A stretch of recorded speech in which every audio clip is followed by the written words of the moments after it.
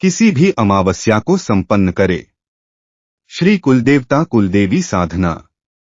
जीवन की छोटी मोटी तकलीफ तो यूं ही दूर हो जाती हैं जब साधक अपने कुल देवता या कुलदेवी की पूजा करता है, और इसके उपरांत यदि गुरु के द्वारा कुल देवता की साधना विधि प्राप्त हो जाए तो जीवन में कुछ असंभव रह ही नहीं जाता।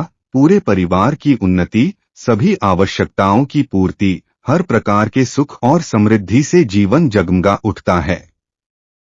व्यक्ति की पहचान सर्वप्रथम उसके कुल से ही होती है। प्रत्येक व्यक्ति का जिस प्रकार नाम होता है, गोत्र होता है, उसी प्रकार कुल भी होता है।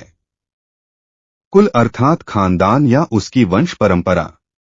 जिस वंश से संबंधित होता है वह वर्ष तो हजारों लाखों वर्षों से चला आ ही रहा है, लेकिन आज सामान्य व्यक्ति अपने कुल की 3-4 पीढ़ियों से अधिक नाम नहीं जानता।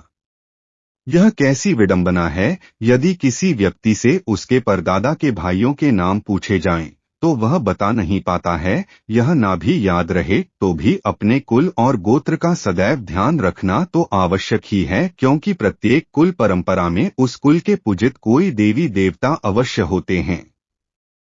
इसीलिए वार, त्योहार, पर्व आदि पर स्वर्गीय दादा परदादा के साथ ही कुल देवता कुलदेवी को अर्पण किया जाता है।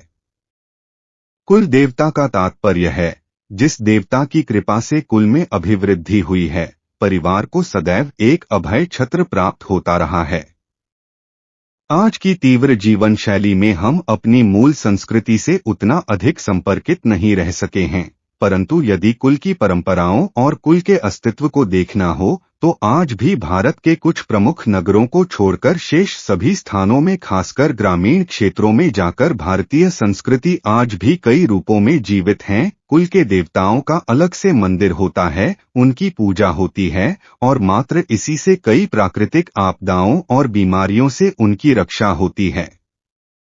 वाल्मीकि रामायण में देखने को मिलता है कि विश्वामित्र के आश्रम में विद्या अर्जित कर पुनः अयोध्या लौटने पर भगवान राम ने अपने कुल के सभी देवी देवताओं का आशीर्वाद प्राप्त करने के लिए साधना की थी। राजमहल के अंदर ही एक मंदिर में सभी देवी देवताओं की जागृत मूर्तियां थी। उन्हीं की साधना करने से भगवान राम को सभी कुल देवी देवताओं का आशीर्वाद प्राप्त हुआ था, जिसके कारण भी आने वाले समय में युग पुरुष सिद्ध हो सके।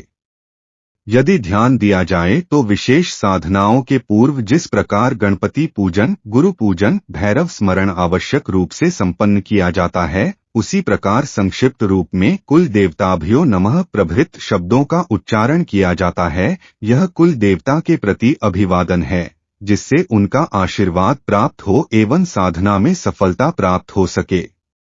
वस्तुतः कुलदेवता ही साधक को समस्त प्रकार की वैभव, उन्नति, शक्ति, प्रतिष्ठा, सुख, शांति प्रदान करने में सक्षम होते हैं, यदि उन्हें साधना द्वारा पसंद कर लिया जाए तो। कुलदेवता कुलदेवी साधना विधि।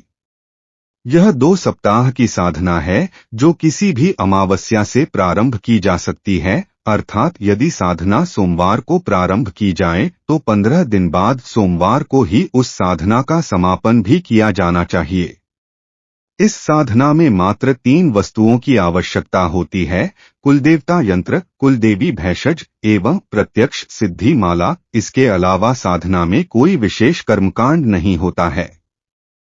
प्रातः अथवा रात्रि में स्नान आदि करके पूर्व की ओर मुख करके अपने सामने गुरु चित्र रखकर दैनिक साधना विधि पुस्तक से गुरु पूजन कर लें।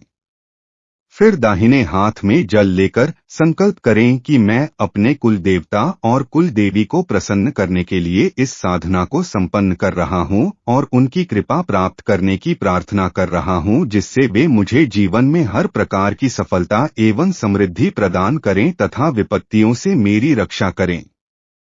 इस भाव को मन में धारण करके निम्न संकल्प का उच्चारण करें। अद्य अमुक गोत्रीयः, अपना गोत्र बोलें। अमुक शर्माः, नाम बोलें। सुकुलदेवता प्रीत्यर्थं सकल मनोकामना पूर्ति निमित्तं कुलदेवता साधना संपत्स्य। जल को भूमि पर छोड़ दे, फिर कुलदेवता यंत्र को जल से धोकर पोंछ दें और किसी पात्र में पुष्प का आसन देकर स्थापित करें। फिर यंत्र पर कुमकुम, अक्षत व नैवेद्य चढ़ाएं। कुलदेवी भेषज को मौली से लपेटकर यंत्र के मध्य भाग में स्थापित करें। फिर निम्न मंत्र को 5 बार बोलते हुए भैषज पर कुमकुम से 5 बार बिंदी लगाएं। एतोस्मानम श्री खंडचंदन समर्पयामि कुल देवताय नमः। इसके बाद प्रत्यक्ष सिद्धि माला से निम्न मंत्र की 21 माला नित्य 15 दिन तक मंत्र जप करें। कुलदेवता मंत्र। श्री कुल देवताय मनोवांछितं साधय साधय फट। अंतिम दिन यंत्र के समक्ष घर से बना हुआ नैवेद्य अर्पित करें।